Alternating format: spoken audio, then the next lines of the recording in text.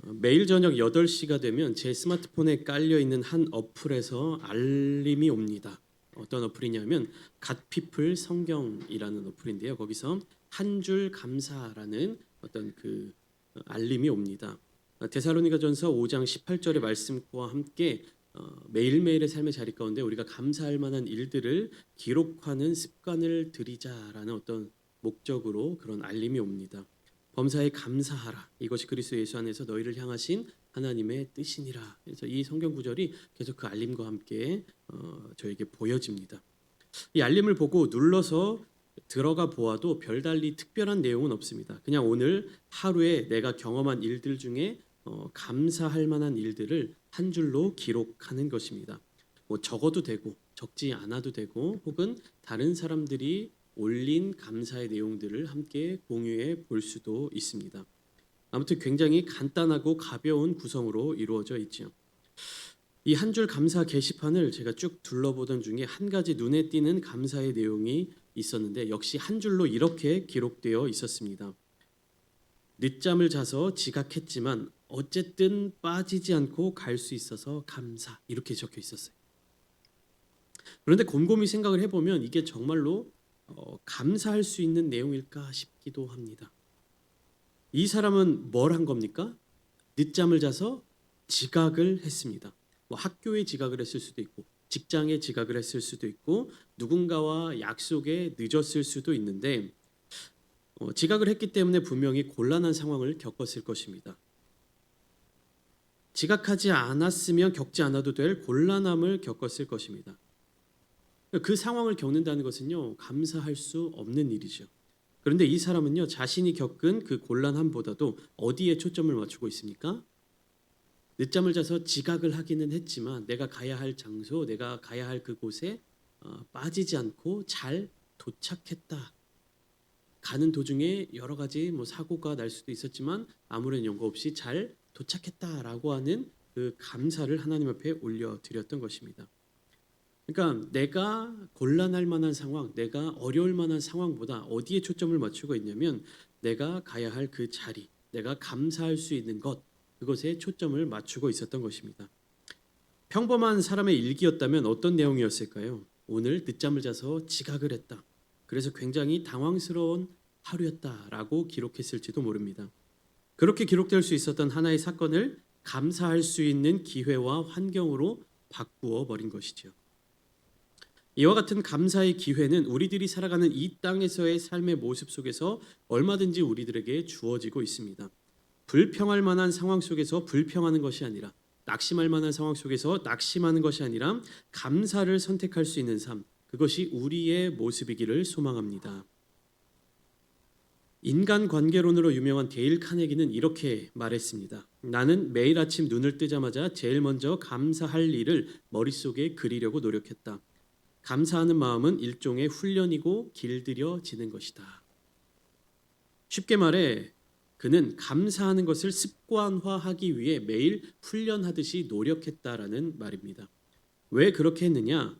그는 이러한 습관을 통하여 정말로 자기의 삶이 행복과 건강으로 가득 찰 수 있었다라고 고백하고 있습니다. 누군가 또 이런 말을 했습니다. 여러분들도 한 번쯤은 들어보셨을 것입니다. 감사할 만한 일이 없더라도 감사하면 정말로 감사할 만한 일이 생긴다. 저는 오늘 본문을 통하여서 흔히 속설로 여겨졌던 이 같은 메시지에 대해서 간단하게나마 확인하는 시간을 갖고자 합니다. 오늘 본문은 예수님께서 제자들을 포함한 큰 무리들에게 비유로 하신 말씀이 기록되어 있습니다. 여러 번 설명드린 적이 있는데 비유란 헬라어로 파라볼레라는 단어입니다. 이것은 파라라는 단어와 볼레라는 단어가 합쳐진 합성어인데 옆에 나란히 놓는다라는 의미를 갖고 있습니다. 왜 옆에 나란히 놓느냐 하면 예수님이 전파하시는 하나님의 나라는 아직 사람들이 경험해 보지 못한, 깨닫지 못한, 알지 못한 나라였습니다. 그래서 그 나라가 어떤 나라인지를 알게 해주시기 위하여서 이 땅의 세계에서 일어나는 일들과 영적인 세계, 하나님의 나라에서 일어나는 일들을 나란히 놓아서 말씀해 주시는 것입니다. 그러니까 이 땅에서 나타나는 모습을 통해 무엇을 알 수 있게 되는 겁니까?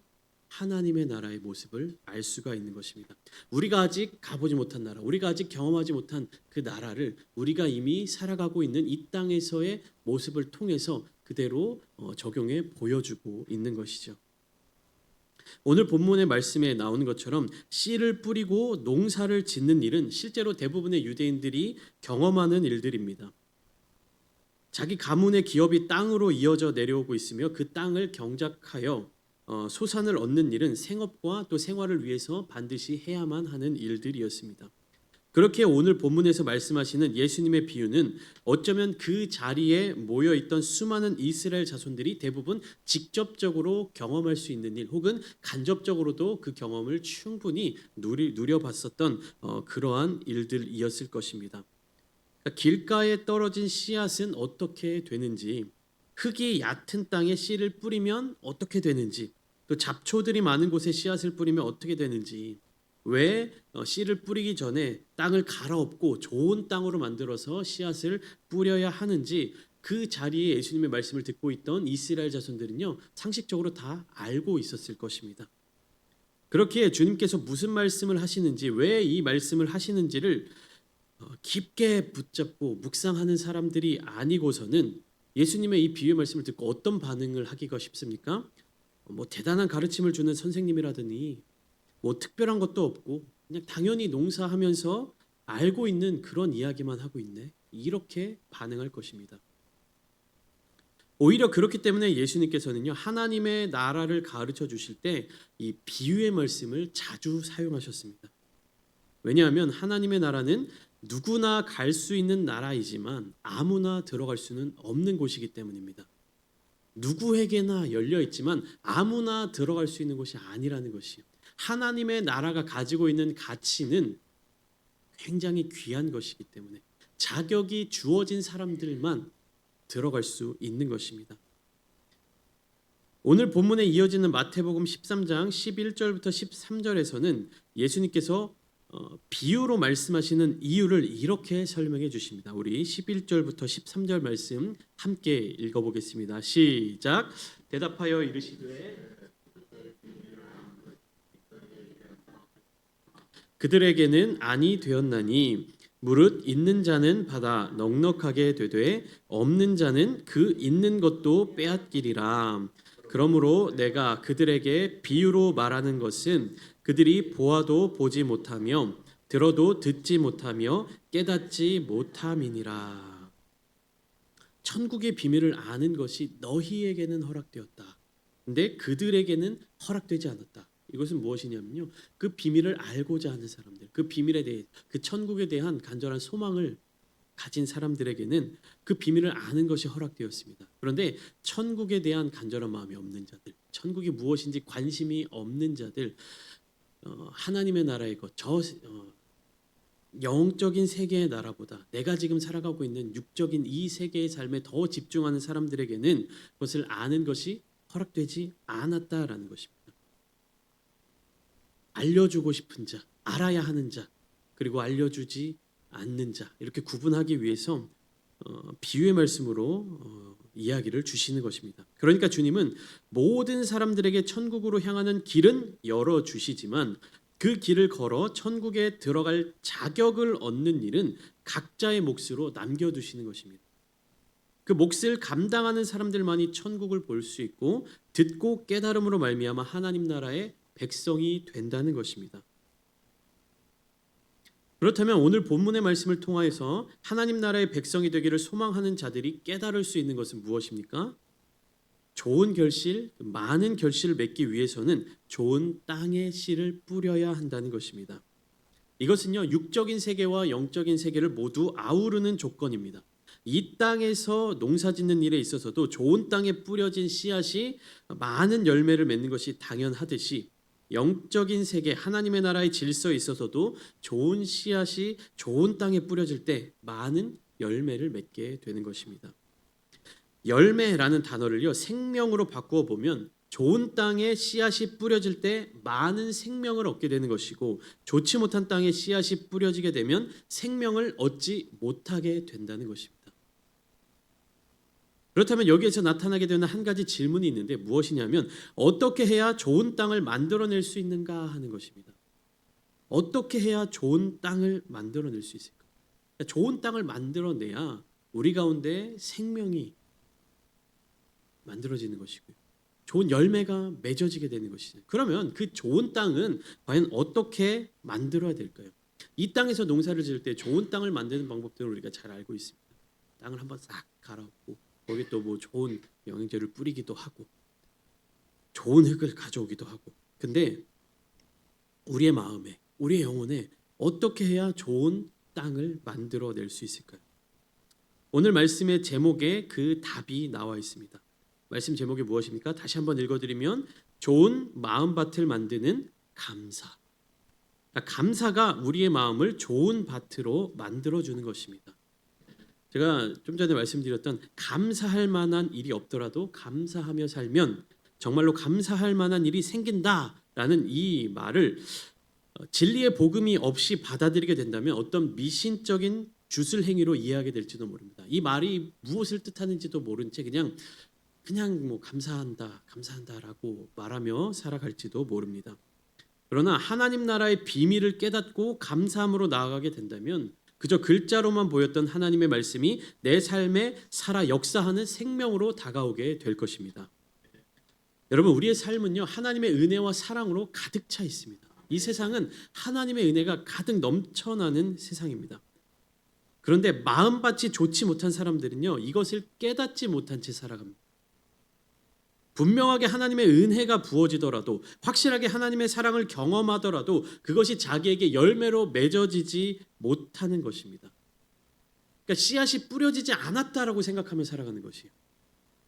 그런데 열매를 맺지 못하는 것은요 씨앗이 뿌려지지 않았기 때문이 아니라 그 마음의 밭이 좋은 땅이 아니기 때문입니다. 그래서 주님께서는요 열매를 맺지 못하는 세 가지 마음밭에 대하여서 이렇게 말씀하십니다. 먼저는 길가에 뿌려진 사람입니다. 마태복음 13장 19절 말씀은 이렇게 기록되어 있습니다. 아무나 천국 말씀을 듣고 깨닫지 못할 때는 악한 자가 와서 그 마음에 뿌려진 것을 빼앗나니 이는 곧 길가에 뿌려진 자요. 첫 번째 땅은 길가에 뿌려진 땅입니다. 마음밭이 길가와 같은 사람은 어떤 사람이냐면 하나님의 말씀 그 은혜가 마음에 뿌려졌을 때 악한 사탄이 확 채가는 사람입니다. 예를 들면 말씀을 깊이 묵상하고 되새기고 일상생활에서 그것을 기억하며 적용하지 못하는, 말씀은 듣지만 그것을 적용하지 못하는 그런 사람입니다. 예배 시간이 끝나고 집에 가는 길에 어떻게 합니까? 다 까먹어버리는 사람입니다. 이 자리에서는 굉장히 은혜받고 하나님에게 감사하는 마음이 듣고 정말로 이 은혜를 충만하게 누리며 살아가야지라고 다짐한 사람인데 어떻게 되는 겁니까? 저 교회 문 밖을 딱 나서는 순간 이 교회의 범위를 딱 벗어나는 순간 마귀에게 쏙 빼앗기는 사람입니다. 집에 가서 또 하나님의 말씀 묵상해야지, 기도하며 살아야지 라는 다짐을 하고 나가는 순간 그 마음속에 어떤 생각이 들어옵니까? 봐야 할 드라마가 생각납니다. 갑자기 만나야 될 친구가 생각나는 사람입니다. 내가 해야 할 어떠한 일들, 하고 싶은 취미가 막 불현듯 떠오르는 사람들입니다. 그래서요 이런 사람들은요 은혜의 뿌리조차 내리지 못합니다. 말씀을 듣고 하나님의 말씀을 듣고 그 말씀이 뿌리를 내려야 열매를 맺는데요. 그 뿌리조차 내리지 못하게끔 뿌려진 씨앗을 새들이 와서 콕콕 쪼아 먹듯이 바로 그냥 뺏기는 사람들입니다. 이것이 바로 길가와 같은 마음밭을 가진 사람입니다. 두 번째는 어떠한 밭입니까? 돌밭에 뿌려진 사람입니다. 마태복음 13장 20절과 21절 말씀은 이렇게 기록되어 있습니다. 돌밭에 뿌려졌다는 것은 말씀을 듣고 즉시 기쁨으로 받되 그 속에 뿌리가 없어 잠시 견디다가 말씀으로 말미암아 환난이나 박해가 일어날 때에는 곧 넘어지는 자다라고 기록되어 있습니다. 돌밭에 뿌려진 씨앗은요 일단은 발아되기는 했는데 일단은 그 씨앗이 피어나기는 했는데 뿌리는 깊게 내리지 못하는 밭입니다. 씨는 발아했는데 뿌리가 내려지지 못하게 되면 어떻게 됩니까? 더 자라날 수가 없는 것입니다. 열매를 맺지 못하는 것입니다. 말씀에 대한 은혜는 경험했는데 그것이 굉장히 좋은 말씀이고 은혜로운 말씀인 것은 알겠는데 그것이 나의 이야기가 되지 못하는 사람들입니다. 나에게 주시는 말씀이 아니기에 내 마음에 깊이 뿌리를 내리지는 못합니다. 뭔가 말씀을 들은 흔적은 있는데 열매로까지 맺어지지 못하는 사람이 다양한 사례들이 있겠지만 지식적인 신앙을 가진 사람들, 어떤 지적인 신앙생활을 하는 사람들이 이러한 마음밭을 가지고 있습니다. 무엇인가 신앙적인 성경적인 지식은 가득한데 무엇이 하나님의 은혜이고 어떻게 하나님의 은혜를 받을 수 있는지는 알고 있는데 그런 삶은 살아내지 않는 사람들인 것이에요. 그러니까 뿌리가 내려지지 못하고 뿌리가 깊지 못하기 때문에 그 말씀이 나의 삶의 열매로 맺어지지는 못하게 되는 것입니다. 그러니까 아는 것과 행동하는 것이 다른 모습들이 있잖아요. 오래 신앙생활을 했는데 그 삶의 모습이 세상 사람들과 다를 바 없는 것 같은 사람들. 많이 알고는 있지만 나에게는 적용하지 않은 사람들. 그리고 어떻게 합니까? 다른 사람들은 정죄한 이런 모습들. 그 말씀이 하나님의 말씀이 나의 마음밭에 뿌리 내리고 나의 마음속에서 열매를 맺고 나의 마음속에서 생명이 회복되어야 하는데 그러지 못하는 사람들입니다. 왜 그렇습니까? 그 밭이 흙이 얕기 때문에 뿌리를 내릴 수가 없는 것입니다. 세 번째는 또 어떠한 땅이 있습니까? 가시떨기 위에 떨어진 씨앗입니다. 마태복음 13장 22절 말씀 이렇게 되어 있습니다. 가시떨기에 뿌려졌다는 것은 말씀을 들으나 세상의 염려와 재물의 유혹에 말씀이 막혀 결실하지 못하는 자다. 이렇게 기록되어 있습니다. 가시떨기에 뿌려진 씨앗은요. 길가나 돌밭과 달리 이 아래 바닥이 막혀 있지는 않기 때문에 뿌리도 잘 내립니다. 그리고 줄기와 가지가 뻗어나가 열매도 맺을 수 있는 그런 조건이 주어지는 것입니다. 그런데 어떻습니까? 아래는 막혀 있지 않은데 위에서 자꾸 가시가 찌르는 거예요. 그래서 좋은 결실을 맺지 못하는 것입니다. 내가 하나님의 말씀, 하나님의 그 은혜가 내 마음밭에 뿌려지고 잘 뿌리가 내려지고 이제 거기서 줄기가 자라고 가지가 자라서 열매가 자라나야 되는데 자꾸 주변에서 쿡쿡 찌르게 되는 것이에요. 그것을 견디지 못하고 제거하지 못하고 계속 찔러대니까 어떻게 되는 겁니까? 열매가 크게 자라나지를 못하게 되는 것입니다. 열매가 맺어지긴 하는데 굉장히 작은 열매가 맺어지고 맛이 없는 과실이 맺어지는 것이고 좋지 못한 결실이 맺어지는 것입니다. 주님께서는 특별히 세상의 염려와 재물의 유혹 때문에 결실하지 못한다라는 말씀을 하십니다. 예수님을 따르지 못하는 성경 속에서 예수님을 따르지 못한 사람들의 그 조건들이 다 무엇이었습니까? 세상의 염려들, 가족에 대한 내가 가지고 있는 어떤 재산들, 재물들에 대하여서 주님께서 부자 청년에게 말씀하셨을 때 부자가 뭐라고 얘기합니까? 네가 가진 모든 재산을 팔아 가난한 사람들에게 나눠주고 나를 따르라 말씀하셨을 때 그 말씀을 들은 부자 청년이 근심하며 돌아갔다라고 기록되어 있습니다. 그러니까 세상의 염려와 재물의 유혹, 내가 가진 것들, 내가 가진 어떤 조건들 주님을 따라야 할 때 하나님께서 나에게 베풀어 주신 그 은혜를 내가 누리면서 살아갈 때 세상의 조건들, 세상에 내가 가진 모든 것들을 포기하고 내려놓아야 하는 그것을 하지 못하는 사람들입니다. 이런 사람은 가시떨기 위에 떨어진 씨앗과 같습니다. 뿌리는 내렸지만 열매를 맺지 못하는 사람입니다. 이러한 마음밭에는 은혜가 임하기 어렵습니다. 은혜가 임하더라도 열매로 이어지지 못합니다. 일단 좋지 못한 밭은요, 좋은 땅으로 바꾸어 놓아야 한량 없으신 하나님의 은혜를 생명의 열매로 맺을 수 있는 것입니다. 우리가 상황과 환경을 초월하여 하나님께 감사하는 삶을 살면 우리의 마음밭이 조금씩 변화되기 시작합니다. 마음밭이 변화될 때 씨앗이 뿌려지고 뿌리를 내리고 열매를 맺는 과정을 경험하게 되는 것입니다.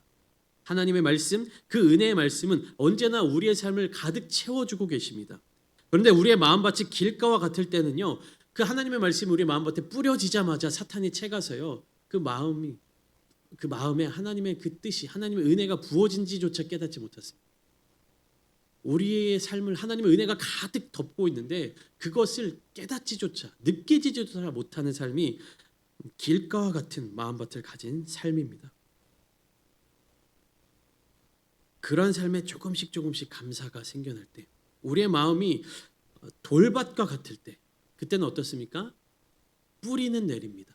그런데 그 뿌리가 깊지 못하기 때문에 하나님의 은혜를 경험하지 못하는 것입니다. 깊게 느끼지 못하는 것입니다. 그 밭이 조금 바뀌어서 어떻습니까? 우리의 마음이 가시떨기와 같을 때는 뿌리를 내리고 열매는 맺지만 가로막고 쿡쿡 찔러대는 그런 가시들 때문에 우리가 하나님의 은혜를 온전히 누리지 못하는 것입니다. 그러나 감사함으로 말미암아 우리의 마음이 좋은 밭과 같이 될 때 우리의 마음에 하나님의 말씀이 그 은혜가 깊게 뿌리를 내리고 열매를 맺게 되는 것입니다.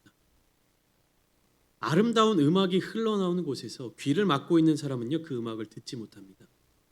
귀를 막고 있는 손을 치울 때야 그 음악을 들을 수 있습니다.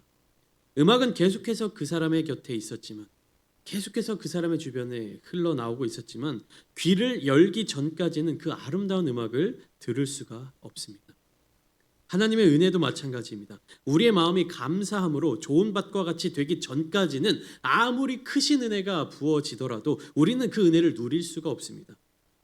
하나님의 은혜가 얼마나 큰지를 깨닫기 위해서는요, 그 크신 은혜가 열매로 맺어질 수 있는 좋은 밭을 가져야 하는 것입니다.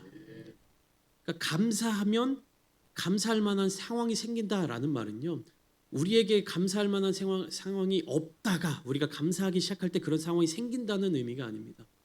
우리가 깨닫지 못했던, 우리에게 이미 주어져 있던, 우리의 삶을 가득 채워주고 있었던 그 하나님의 은혜를요, 알게 되는 것이에요. 여러분, 감사하는 삶을 사십시오. 여러분들을 가득 채워주시고 있는 하나님의 그 사랑과 은혜가 느껴지시게 되실 것입니다. 그 하나님의 은혜에 사로잡히는 삶을 살게 되실 것입니다. 하나님의 은혜가 얼마나 큰지를 깨닫기 위해서는 그 크신 은혜가 열매로 맺어질 수 있는 좋은 밭을 가져야 합니다. 여러분 감사하십시오. 그럴 때 여러분의 마음밭이 아름다운 옥토와 같이 바뀌어질 것입니다. 사랑하는 성도 여러분, 추수감사주일을 맞이하면서 여러분은 하나님 앞에 얼마나 많은 감사의 마음을 고백하고 계십니까? 얼마나 은혜에 합당한 삶을 살아가고 계십니까? 얼마나 좋은 마음밭을 가꾸고 계십니까? 이 시간 하나님의 은혜를 사모하며 날마다 감사함으로 좋은 땅을 이루어 가시기를 축복합니다. 그 자리에 한없이 부어주시는 하나님의 사랑을 누리시기를 축복합니다.